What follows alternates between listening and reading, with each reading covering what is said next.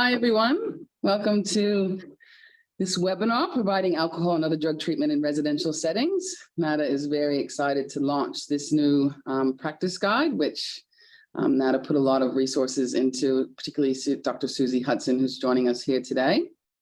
Before we start and do introductions, I'd like to acknowledge that I'm coming to you from Gadigal land at the moment and pay my respects to elders past, present, and emerging, and extend that respect to any Aboriginal people that may be joining us here today. I also invite anybody to jump in the chat box and tell us where you're coming from, and to acknowledge the country that you're on.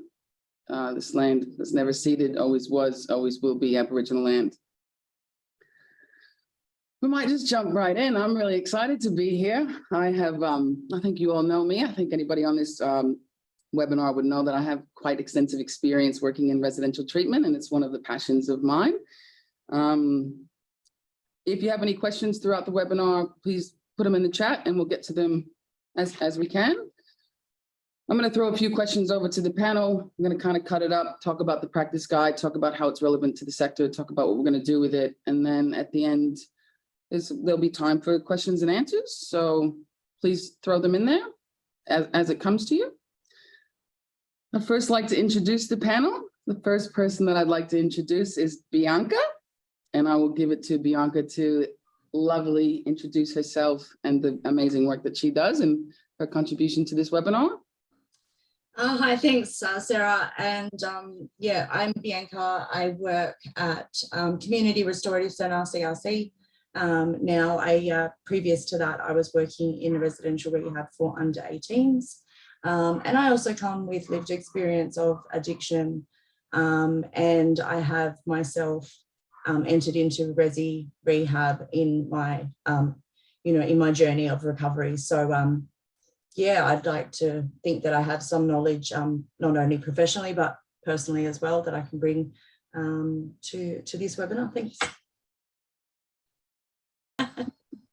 The next person I'd like to introduce is Fabian, and I'll throw it over to Fabian to introduce himself. Yes, hello, thank you. So my name's Fabian Galbraith, and yeah, I have lived experience with mental health and also AOD, and I have been through like detox and resi rehab.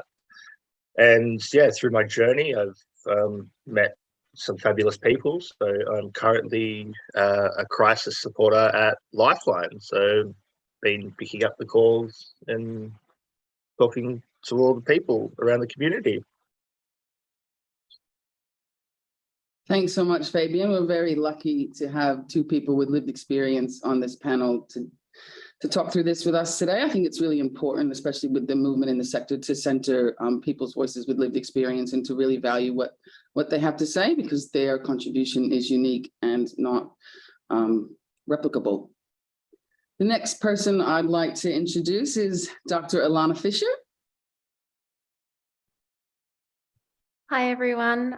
So my name's Ilana. My pronouns are she and her, and I'm a researcher with experience working in mental health and AOD. I'm currently based at Macquarie University, but I'm also an honorary affiliate with the Matilda Centre for Research in Mental Health and Substance Use.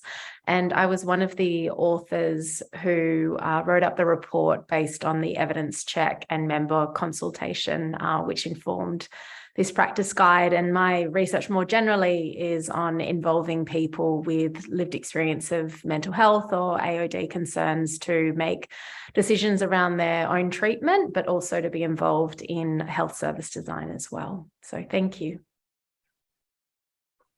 Thanks, Ilana. So happy to have you here with us, especially since you've been on the journey since the beginning. And lastly, but certainly not least, I'd like to introduce Dr. Susie Hudson, previous clinical director here at NADA. Over to you, Susie. Thank you, Sarah. Yeah, I'm Susie Hudson. I'm currently the clinical advisor at the Centre for Alcohol and Other Drugs at New South Wales Health. Pronouns she, her, and I'm coming to you from Gadigal land today. Yeah, look, I'm extremely passionate, as some of you may know, about really good quality care for people who may be reaching out for support in the AOD sector. My job at the moment is really to provide support to all the clinicians across New South Wales and the Centre for Alcohol and Other Drugs within the ministry around good clinical practice, around putting people at the centre of that care, and really, I suppose, elevating and listening to the voices of Aboriginal and Torres Strait Islander people. We've still got a lot to learn about how we conduct practice and support people, and we can certainly do that from our Aboriginal colleagues. And in relation to this guide, it was a real labour of love for me, working alongside our amazing workforce who work in the resi sector. I myself have worked here in Australia and overseas in residential settings and know how critical and unique that setting is, and the care that it can provide and the power that it can have for connecting people and making people feel safe. So yeah, really happy to be here and really stoked to have Alana here, and certainly to have that voice of lived experience from Bianca and Fabian. So thanks. Thanks, Susie. I think we'll just jump right in. And I think when I heard about this practice guide being developed in the sector, the first thing that kind of came to my mind was, well, why now? Why are we doing this now? What's brought this about? How is this identified? How did we think this was a good thing to embark on now? And I guess, Susie, that question is more directly to you. What started this process? Why was this practice guide initiated? Tell us the story. Give us the background. Thanks, Sarah. Yeah, look, it really was because, back in 2007, there was a guideline produced, and it was very much in collaboration with the sector and was published by New South Wales Health. And it really came out of a need to, I suppose, indicate not only to within the sector, but also to the broader health sector, the significance and the importance of residential rehabilitation treatment in as part of the suite of services that are available to people. And at that time, a lot of the practice that was happening was very much based in American models of therapeutic communities, which have enormous value in connecting people, really leveraging off that sense of community. And I suppose even then it was very much around that guideline at that time was to signal to those working in the field, those engaging or reaching out for support and treatment, and for those working alongside treatment, to understand that there were standards. There were really how important that was.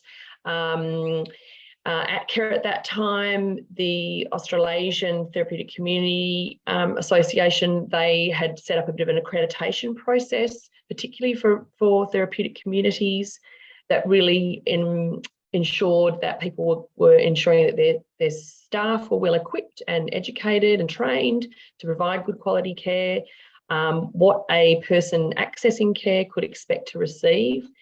And obviously 2007 is quite a long time ago now, and lots of things have morphed and changed, and I think and improved in some areas.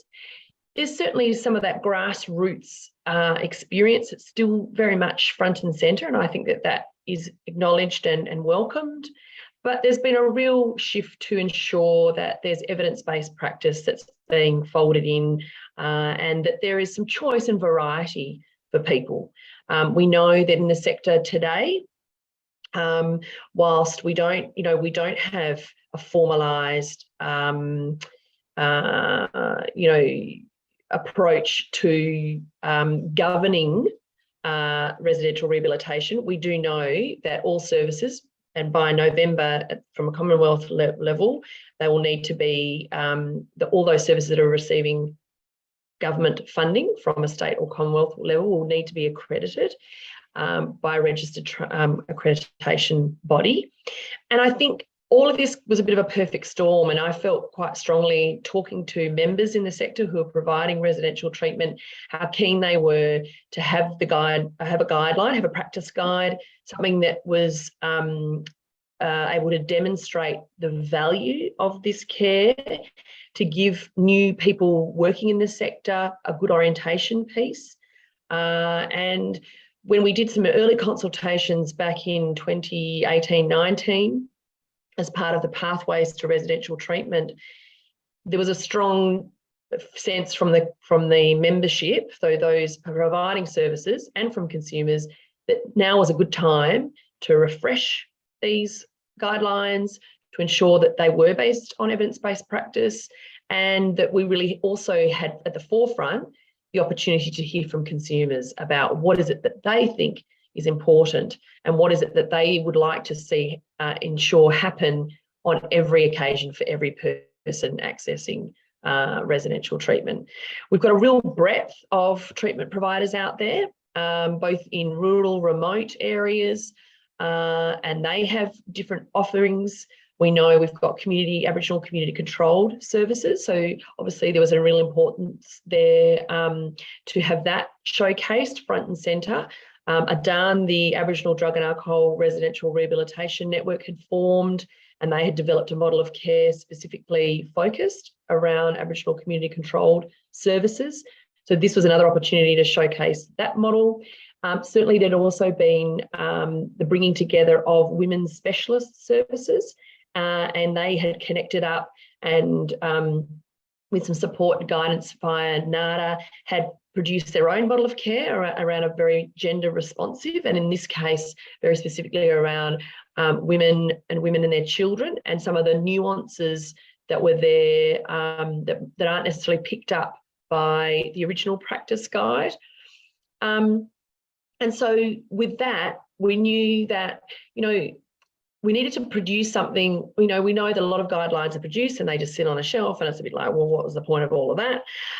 So what we really wanted to ensure, and I think this is what we've tried to bring, certainly NADA tried to bring along, and under your capable stewardship, I'm sure will continue, is that whatever guidelines or practice guides, they're very accessible. So it was very much about having something that people could dip into. They could pick up certain pieces and then know where to find out more information, because no practice guide can really be the answer to all your questions. So that was sort of the feeling, and perhaps what was really front and centre was we need to talk to the membership. What do they want? What do they think is important? Speak to the consumers. What do they want?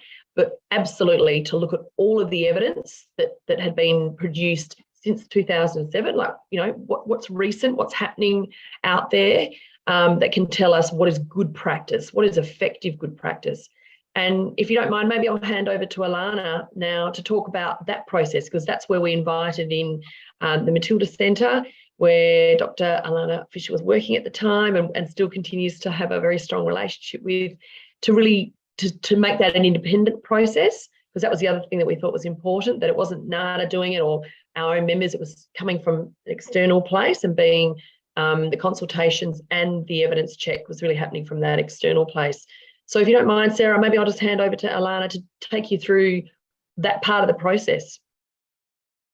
Yes, please. Over to you, Alana. Let us know. And I think the other thing that this practice guide offers the sector is real evidence-based research. Like, you can go back into the literature and qualify your work. So I think that's another great opportunity for the sector. So Alana, please tell us what happened. Yeah, thank you very much, Sarah and Susie. So I think sort of this was something that's been, I guess, touched on a little bit by Susie, and it's something that we often talk about in the research sector, about the research practice gap, and the fact that there's all this research that's done and there's all this evidence that accumulated, but then there's that real challenge of actually being able to get that research into actual practice that's done day to day.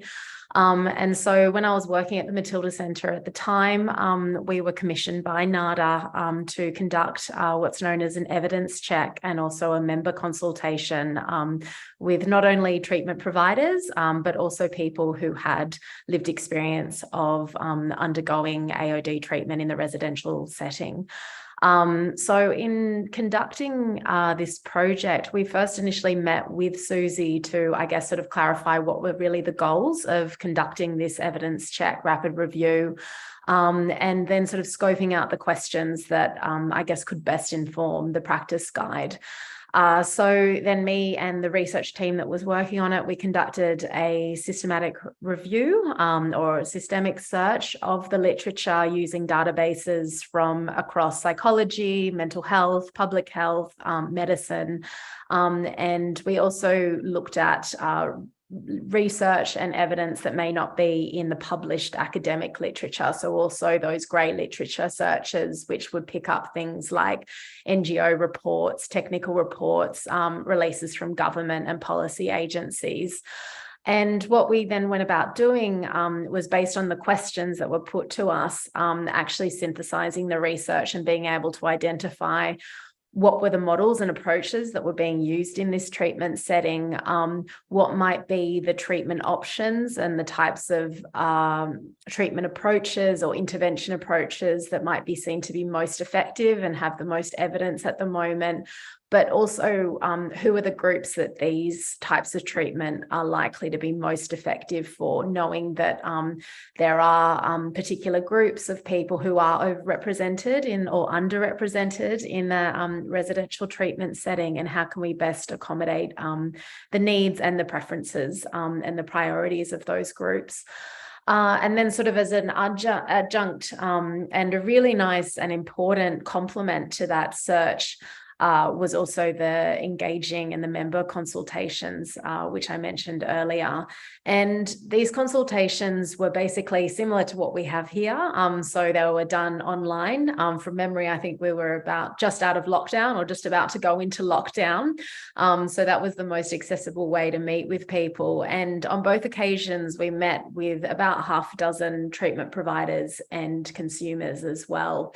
And why those consultations were so important was that obviously it shed light on some of those issues that are actually really hard to research and often don't get researched. And mainly because they're often quite hard to quantify in a research way. So, a lot of the themes to come out of that was the need for client-centered and person-centered care, the need to have, purposeful and meaningful activities that run alongside treatment that actually assist with engagement and retention, and also address aspects of people's lives that perhaps have been impacted on by their AOD use, but aren't necessarily directly their AOD use. So sort of creating a really sort of comprehensive and holistic approach to treatment.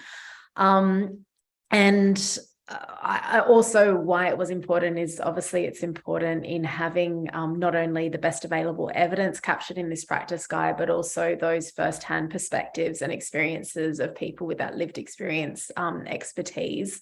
And also the fact that, as Susie mentioned as well, a lot of the research that has been done in this area has been conducted overseas. So actually being able to contextualize and build on some of those findings as they look in a contemporary Australian treatment setting, and being able to best fit that evidence to our context. So having mentioned the member consultations and the importance of, I guess, having that consumer voice heard, I might hand over to our lived experience consultants as well, Bianca and Fabian. Thanks so much, Alana. And that sounds like a lot of work that you all undertook, and very exhaustive and comprehensive. I think one of the things that the practice guide really speaks to that I'm particularly passionate about is when residential treatment is appropriate, because we can't just think that we're in a bit of a jam here with drug and alcohol and we just all go to residential treatments. It's not an appropriate way to access that type of support. For some people, it's really appropriate, but it's not for everyone. And I was going to throw over to Bianca and Fabian and just ask about, in your lived experience in accessing drug and alcohol treatment, and what your thoughts are on people accessing residential treatment, or when you accessed residential treatment, how that was appropriate or not appropriate, or fit or didn't fit for you all. And I might go to Bianca first, if that's okay. Thanks, Sarah. Yeah, look, my personal, experience with attending residential rehab was actually, I wasn't ready. I know that now looking back, and it was what they call my get out of jail free card, you know. So I had yeah, little motivation at that stage in my addiction. However, in saying that, it did open my eyes to what is possible and what is out there in like what recovery models are available. So I attended a therapeutic community, quite a difficult one. It was probably the worst one I could have chosen, because it was for the ones that really, you know, were committed. It was a commitment, you know, that you needed to have. It was an Odyssey House. So, you know, it was confronting. It really got me uncomfortable at times. And I think that because I wasn't ready, it did become somewhat triggering for me. And because I wasn't ready, I ended up, you know, leaving Odyssey House and going straight back to using drugs again. However, this was just a small snippet into in my journey of recovery. So what works for me is not necessarily going to work for everybody, and what works for somebody else isn't going to work for the next person. It's a really personal journey. It's really, and I think that, you know, it's really important to know that just because people may not graduate that particular time, or they go down a different recovery model pathway, you know, one's not better than the other. And it's all about that learning along the way. So I know that from myself, I took things from my time in residential rehab that I apply now in my recovery, although I didn't, you know, graduate, but I still learned something, and that's really important. There's no failure in attempting recovery. It's just lessons learned. And I think that's really important to remember. Yeah. Thanks.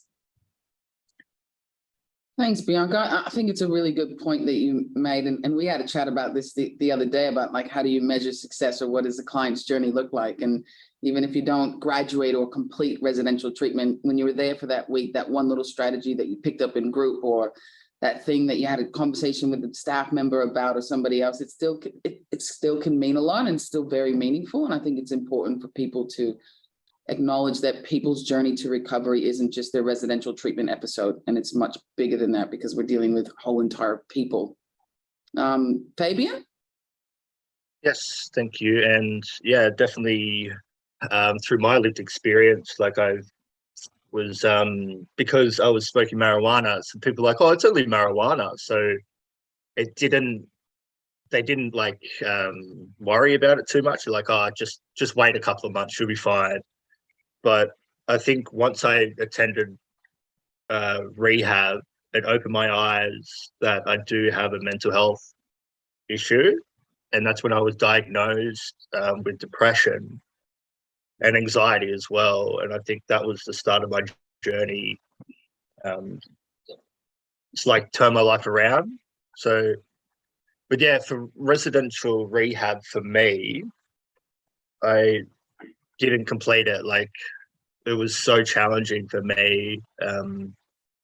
That first week, like, it was this environment with all these macho males, and they were there because they had to be there. It was like a jail, they get out of free jail card. So the mentality for them was just like it's a holiday. They, you know, just were mucking around. They all had hidden phones and stuff. And it was just a really bad environment for me, because I was like wanting to get straight, wanting to go, you know, a total different road.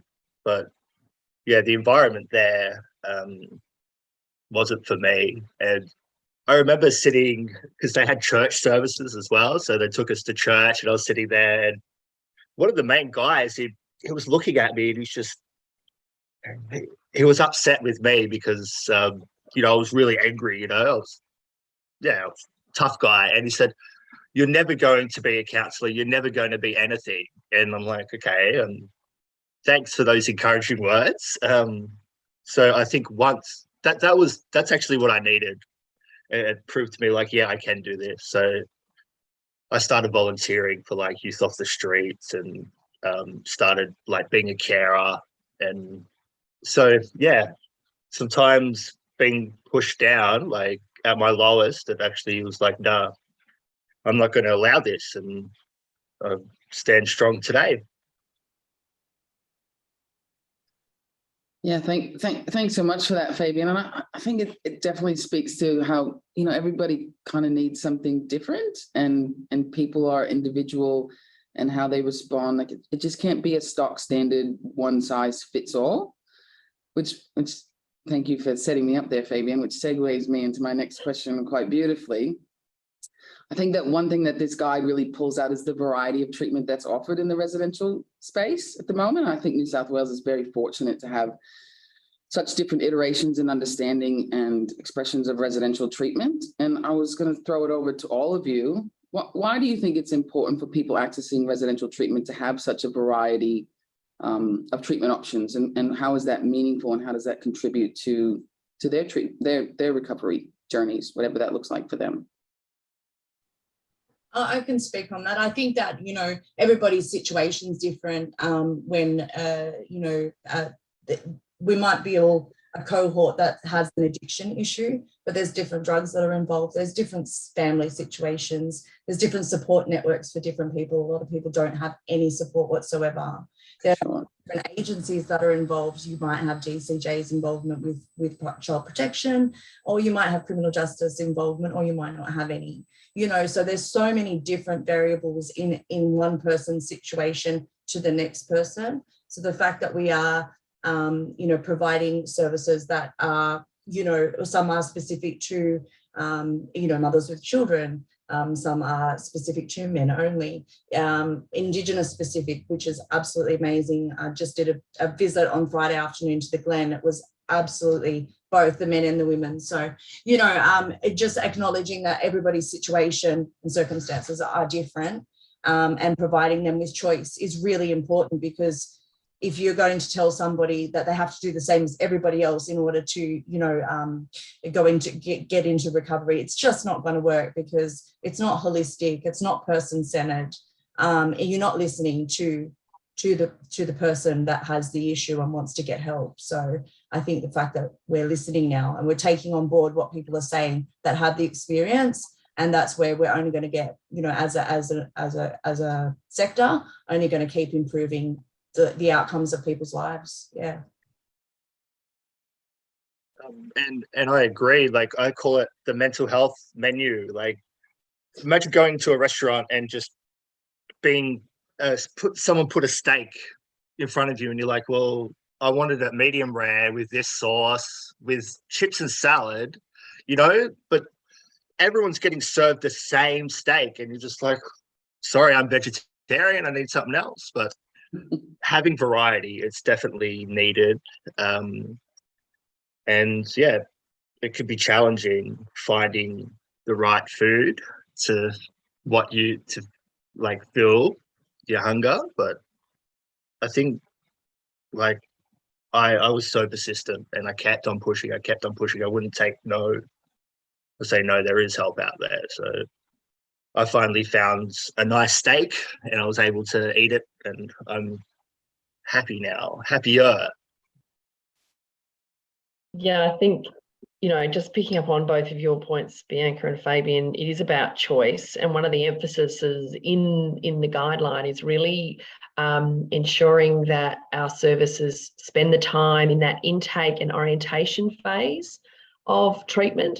And what that means is that we actually, traditionally what we've done is we really back-ended treatment, meaning that a lot of those who have a lot of skills and are provided a lot of support and education are at the latter part of treatment.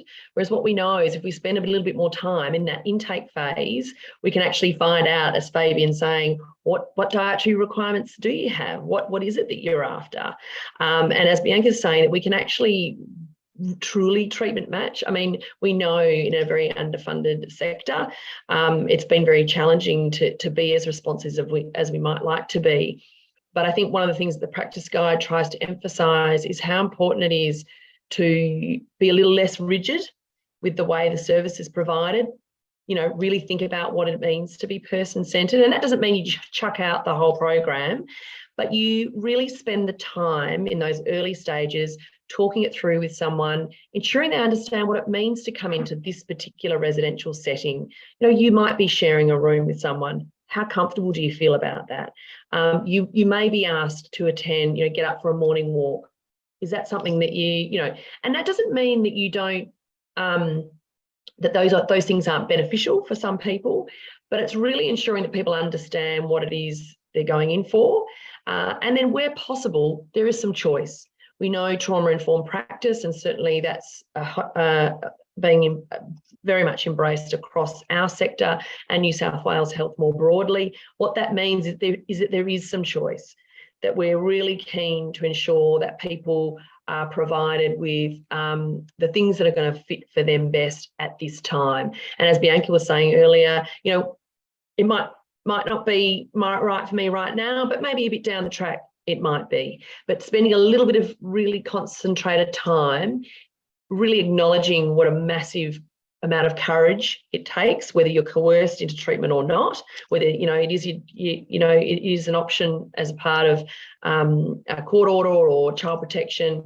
That can be the thing that gets you in the door, and that's where our job as people who provide treatment and the consumers and peers that work there step right in, do the best tap dancing we can do, and really see it. And I think that's the other thing that was very key for me, and something I'm very passionate about, is changing this focus from, you know, having our consumers and clients, people reaching out for treatment, need to prove to us that they are ready or deserving of treatment. And in fact, I want to turn that on its head and say, what am I going to do to really make this look enticing to you and engage you in the treatment that I know you deserve?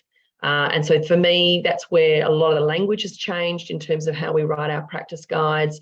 And it's really putting that person, you know, how can I make it irresistible and so that you don't leave? Or how can we just modify a little bit to make you feel a little more comfortable? I'll get off my soapbox now. Well said. Well said. That was just perfect. And it's so important. Thanks, Susie. And I was just going to touch on, I guess, sort of bringing back to some of the research as well. And, you know, one of the things that we did identify in the evidence check is that there is evidence and support for a number of different treatment options as well. And so in that sense, the choice that we're talking about here is sensitive to people's needs, wants, preferences, priorities, life circumstances, and the context that people bring when they're entering treatment as well. And some of the other work that I've done with the Matilda Centre looking at shared decision-making is just really shows that importance of involving people as active participants in making decisions around their care, because we know that when that it is something that people want to have an active role. It's something that's acceptable to a lot of workers and clinicians in the field.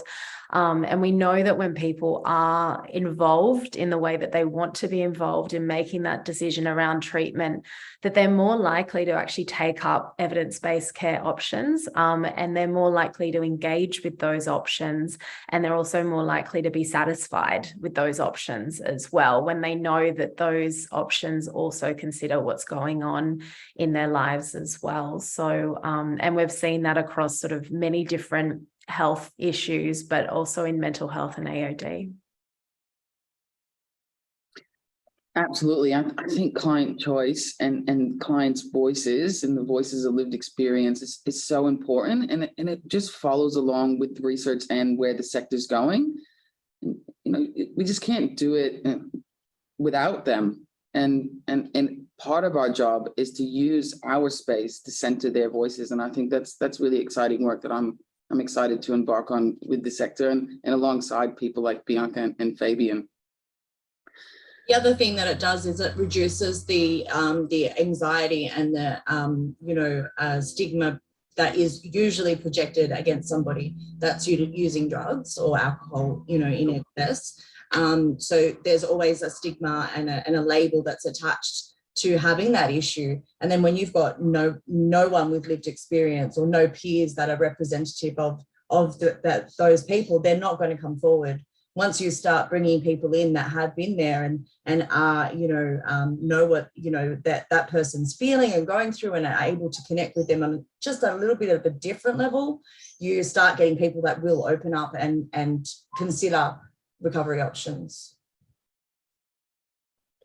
Yeah, and I think the workforce then also enjoys their work more too. I mean, I think that's the other thing, is that I don't know that many people who have come into alcohol and other drug treatment as providers want to be wardens and jailers and and that's a whole nother enterprise. And so I do think that with the right environment and encouragement and actually listening to people, what's going on here? And I think that's the other real beauty of residential treatment that's unique to others, is that because you're with people 24/7, you actually have an opportunity to go, okay, when you were talking before, Fabian, about, there's a group of blokes that are all being very blokey and they're perhaps, they've got their phones and everything, there's an opportunity actually there to go, hey guys, what's going on? You've got your phones. How's that working for you? What can we do about that? What's the issue here? Because that's they're real life issues. They're things that perhaps have held those people back because people maybe feel intimidated by them or what have you. And for me, that's the opportunity. And one of the quirky little bits of rubbish I popped in the front of the guide is very much what I see, which is this idea of, that little moment in a resi situation or setting where there's a bit of argument about the butter and who didn't put the lid on and there's crumbs in the butter. That's therapeutic opportunity from where I'm sitting. That's an opportunity to go, what's this about? What's happening for you? Do you feel, what's it really about? Is it about disrespect? Is it about, why are rules important or why are they not important? When can they be useful and make you feel secure or not?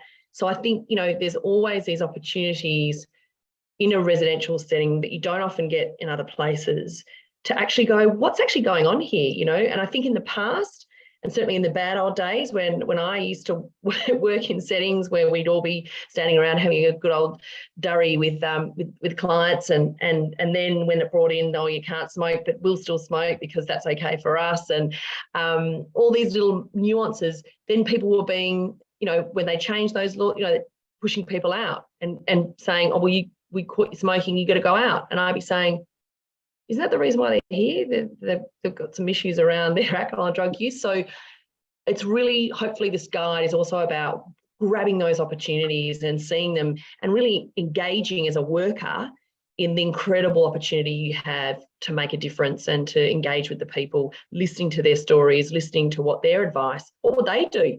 Hey, we're at a crossroads here. We don't feel like we can fix this particular issue. What would you guys do?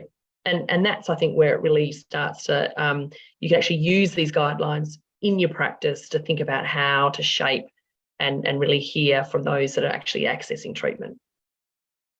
And I think also just sort of going a little bit back to the decision-making around treatment and other care options is, with you saying earlier, Susie, around that idea that you're with clients 24/7 and you do have that opportunity to build sort of potentially a really strong therapeutic relationship with the person. And we know that, having that ongoing relationship can really support the decision-making process, and the idea that the decision-making process needn't be a static process that happens at one point in time, you never revisit again. The idea that, you can capture people at different stages of decision-making. Where are they at in terms of considering the options? And being able to say, okay, right, how about we can defer that final choice to another point in time. Let's give this a bit of a trial. We'll schedule a revisit, discuss the options again, see how that's fitting in with you. And so the idea that it is this balance and, sort of a little bit of experiment really, but having the opportunity to do that in sort of a structured and deliberate way with the client too. I definitely agree with all of that. And I think the residential space, it's just it's a beautiful opportunity to see somebody in all their themness and the opportunities, the butter stuff. Like sometimes the butter stuff is bigger than this big fancy thing that I'm going to do in group work on 2 o'clock on, Monday afternoon. I think it's so important. And I totally agree with, when they're living there, like you work in their home essentially, and revisiting and checking in and, getting informed consent and making sure that we're all on the same page, and making sure that those conversations are centered and important will just reinforce somebody's treatment journey. And I think the practice guide really supports that stuff. The practice guide also, it makes you value different parts of treatment differently, I think. It doesn't center this fancy clinician coming in to do this fancy therapy trick, you know? We've all thought that. I've certainly thought I'm going to go and do some fancy therapy, but that's the other stuff that supports it that I really like about this guide. So then my next question is over to you all. What part of this practice guide really stands out for you? And if I can double barrel question to you all, and why do you think this practice guide is important and relevant to the sector? I'll jump in. Bianca. Why I think I'll touch on the importance of it is an overarching guide to treatment, you know, in residential care is so valuable, so that we are working with, you know, the best evidence practice that there is available. And we have, you know, although NADA doesn't, you know, have governance, the overarching, you know, theme is that there is, you know, there is accreditation, which is really important because we have, unfortunately, in the sector, we have the people that, you know, are trying to make a quick dollar, a lot of dollars, you know, and definitely using somebody's misfortune with alcohol and other drug addiction and gambling addiction to benefit themselves. And we're talking about rehabs that aren't, you know, accredited or governed in any way, shape or form, and people that are desperate, you know, like parents of you know, children that are desperate to get their child help will just fork out all of this money. And, you know, unfortunately, that service doesn't have these guidelines and the accreditation or, you know, the governance that really is really important to have, because we deserve as peers, you know, the best quality care that there is when we're ready to have it, or even when we're not ready to have it, it still needs to be there. We still deserve that. And because wonderful things happen when we go into recovery. And I think Fabian and I are just very small examples of what can be achieved. So yeah, that's my take on importance. Thanks.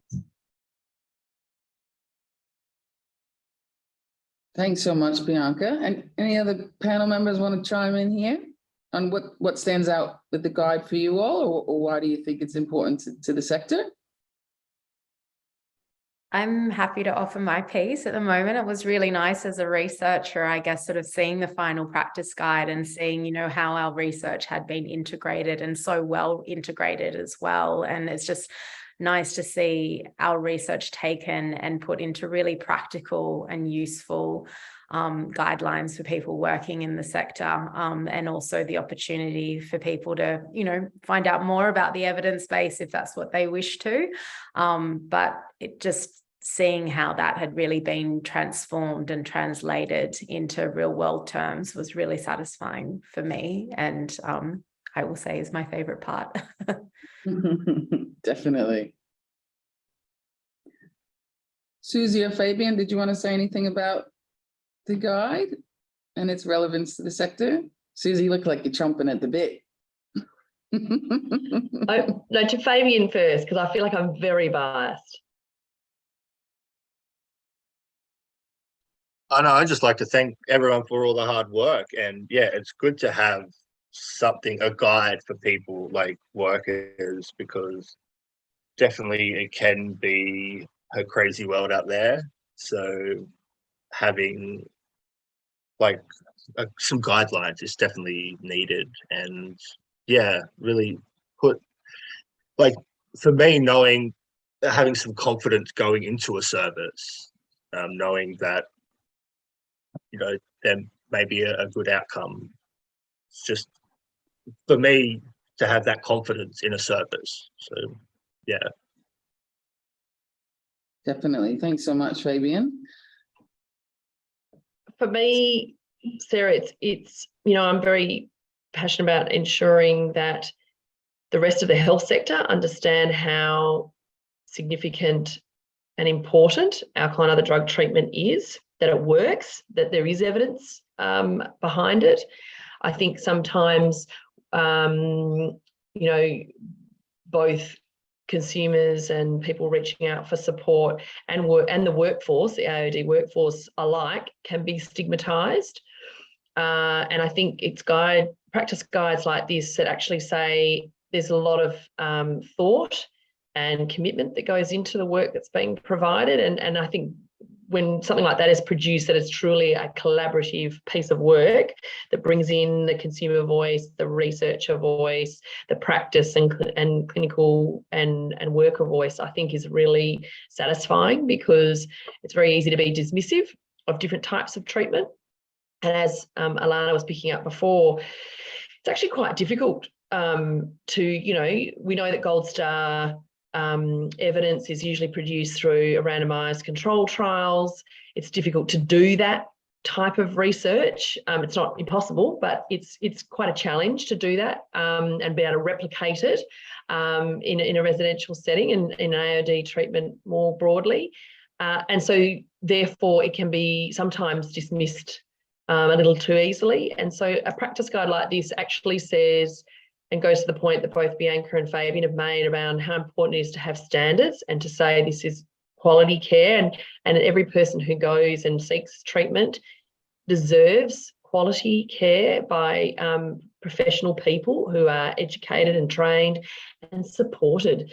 We know that the other thing that the guide picks up on are some of the points that we have not often paid attention to, and that is the worker wellbeing. So ensuring that our staff and people working in the sector are looking after themselves and taking the responsibility both that they need to, but also the organisation needs to take good care of those people, because it is challenging but very rewarding work.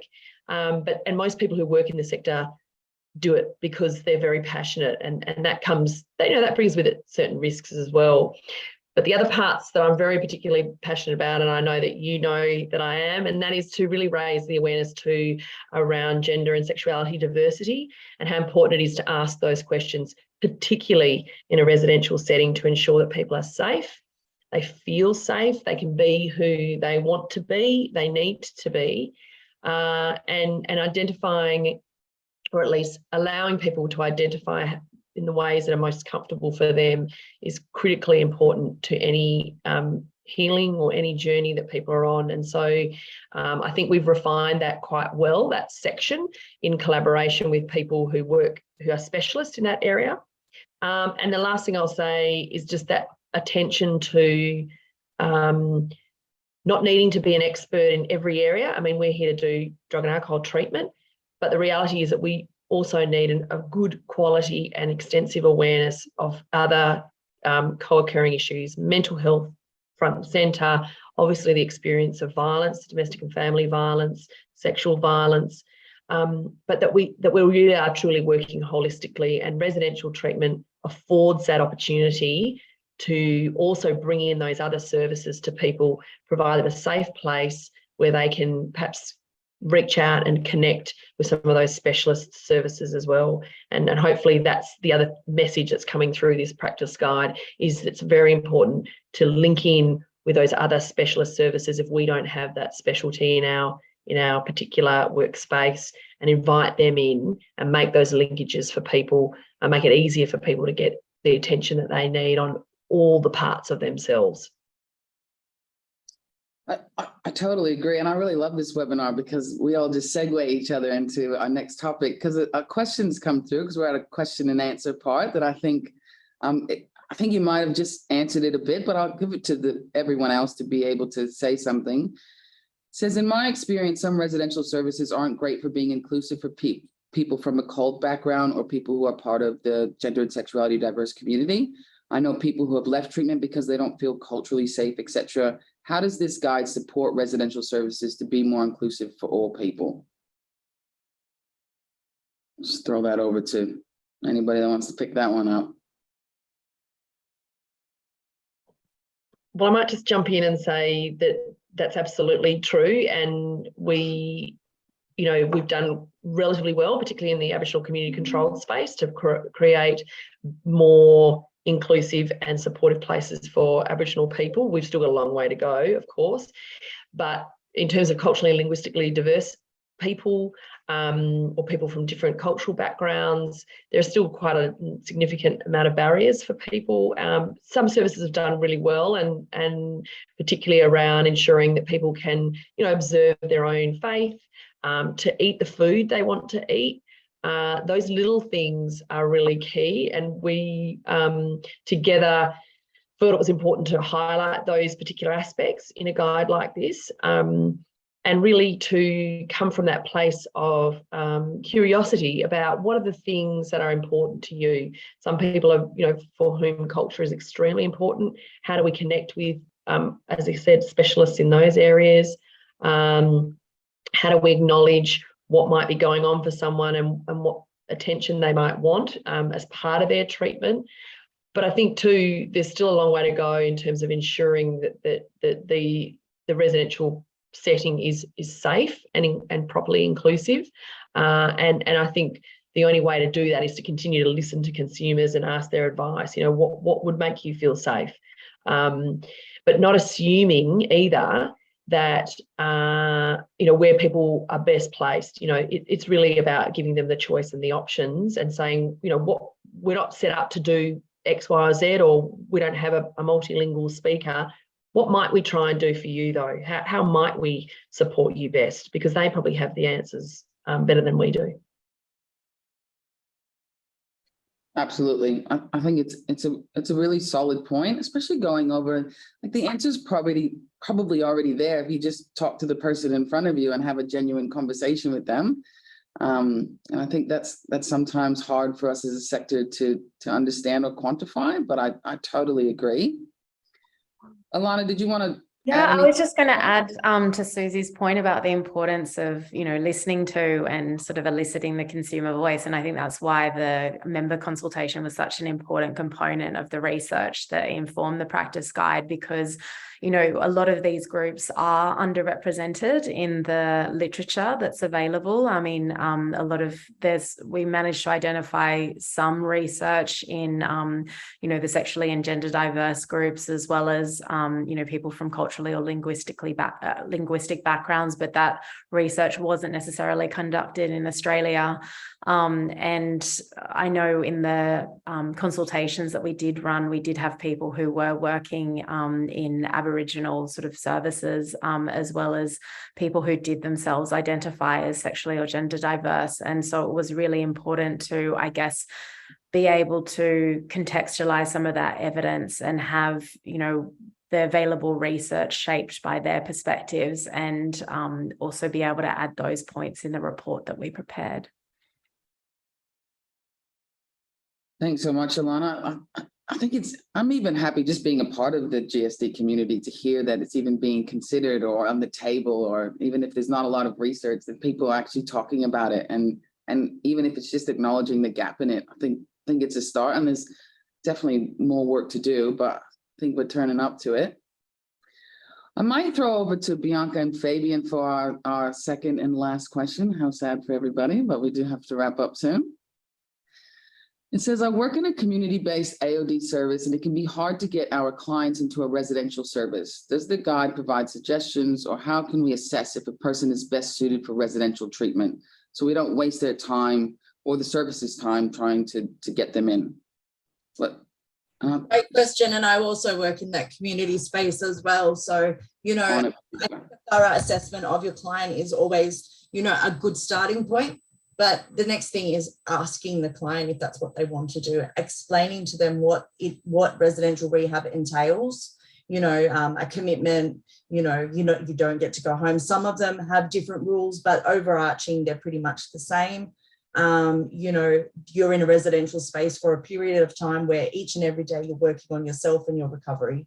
That's pretty much, if they're willing to do that, then I say put the referrals in, because like I was saying before, even if they don't get to graduation or they don't, finish complete the program, they're going to learn something along the way. And even if that learning is residential care is not for me, it's still they've still learned something, so then they can, embark on other endeavors to go, to facilitate their recovery. Just ask. Yeah, thanks. Yeah, I definitely agree. Like, encourage people, because for me, the rehab didn't work, but what did work was, getting out on a Friday night and volunteering, going and helping people. I would have never thought of that, but I was just lucky that someone mentioned it. So giving people options, not saying, well, one size fits all. And that's what the guide's good for sure.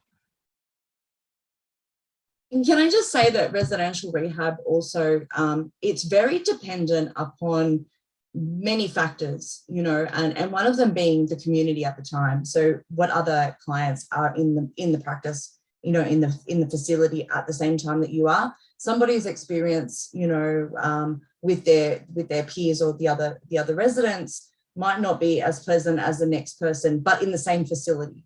So it's very dependent upon who's there at what particular time. So, I think, also talking to your client about if they've been to residential rehab before and they didn't have a good experience, really hash that out, really find out what it was and, how best to, to work on that and encourage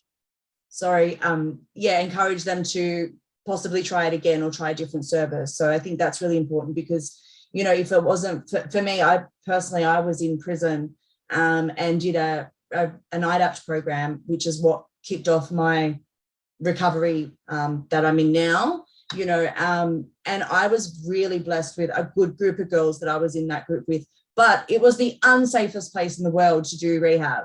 You don't pour your heart and soul out and talk about all of your trauma, in jail. You just don't do it. It's a very unsafe thing to do. But lo and behold, I was with a really great bunch of girls that were all on the same level. So that really worked for me. Whereas other people's experience with, not the same group of girls that I had, unfortunately, they're quite traumatic. So it's very dependent upon number of factors, including motivation, other residents. Yes.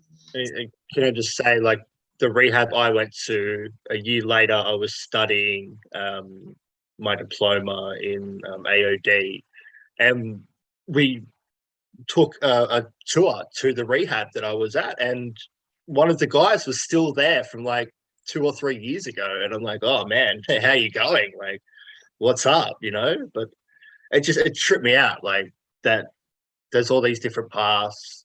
We start, here, but we could end up somewhere totally different. So yeah, just encouraging people and helping them. And just one thing I would add as well is that it's sort of one thing to just ask people what they want, but also being prepared to provide people with easy to understand evidence-based information so that it can help to build realistic expectations around what's involved, and sort of not just putting necessarily all the work of making the decision on the client themselves, but actually supporting them in that process. Yeah, I couldn't agree more, Alana. I think it's also that thing of, as you're saying, Bianca and Fabian, it's also saying this isn't the end of the line. You absolutely well within your right to give this a try and see whether it fits for you. And if I'm somewhere in the community, I'm going to still be here. I'm not going anywhere. And so let's just see how this goes. And I think that's the other thing too, is hopefully what comes through in the practice guide is the really important need to be linked up together, to be a whole sector where I, as the person working in the community, can say, hey, try this, this might be useful for you, but maybe I stay in touch. And can I stay in touch via the Resi Rehab facility itself? Is there a way of just maintaining some contact? Or sure, I might need to close that episode of care, but that there's still some input, because I think that's often, it's the transfer of care, and that's spoken about in detail in the practice guide, that's really key, is that people can often get left out because they go from one service to another, and we as a sector need to get a little bit better at really joining up those pathways so that people can see that it's not a linear progression. You don't go from here to here to here and then back again. It can happen in all different types of ways. So the onus is on us to really ensure that we're as connected as we can be as well. I totally agree, Susie. I'm resisting getting on my residential rehab soapbox at the moment because I'm mindful of time. So I'll call you after this to get on my soapbox. Just wanted to say thank you so much to our panel members, Fabian and Bianca, lived experience and working experience in the field. It's a true testament, and it's an honor to have your voices here with us. Dr. Alana Fisher, the evidence check and the value that you added to this practice guide. Fantastic, well done. And this work will just carry on. And Susie, well done, mate. Like, this is such a good practice guide, and I'm excited about it and behind it, and I will continue to carry it out on your behalf. Don't you worry. And thank you to everybody that came here and listened to us today. It's really valuable work, and please reach out to Nada or myself directly if you have any questions around this practice guide, and I'm happy to support you. Bye, everyone. Thanks, everyone. Thank you.